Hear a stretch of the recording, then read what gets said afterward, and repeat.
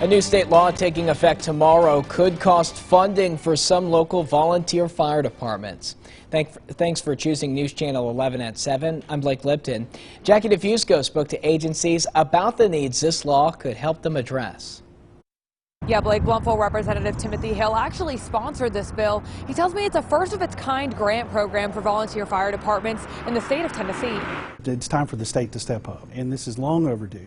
A law that takes effect on the first of the year could provide local volunteer fire departments with new state funds. Currently, Governor Bill Lee's budget sets aside $500,000 for the 500-plus agencies across the state. There's some other states that have a similar program in place, but it is funded at a much higher level than where we are in Tennessee.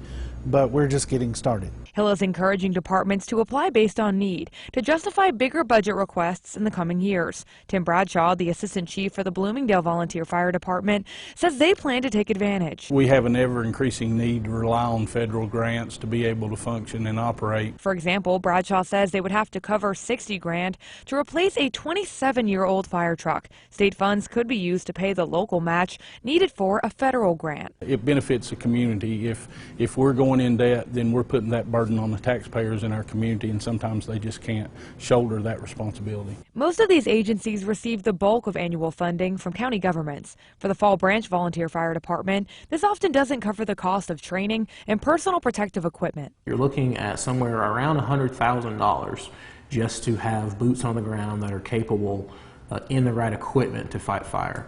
That does not include the maintenance costs of that equipment. So just because you purchase it doesn't mean it's a one-time cost. Now again, this bill technically takes effect tomorrow on January 1st, but Representative Timothy Hill tells me the Department of Commerce and Insurance won't be coming out with an actual grant application for another couple of weeks. Blake?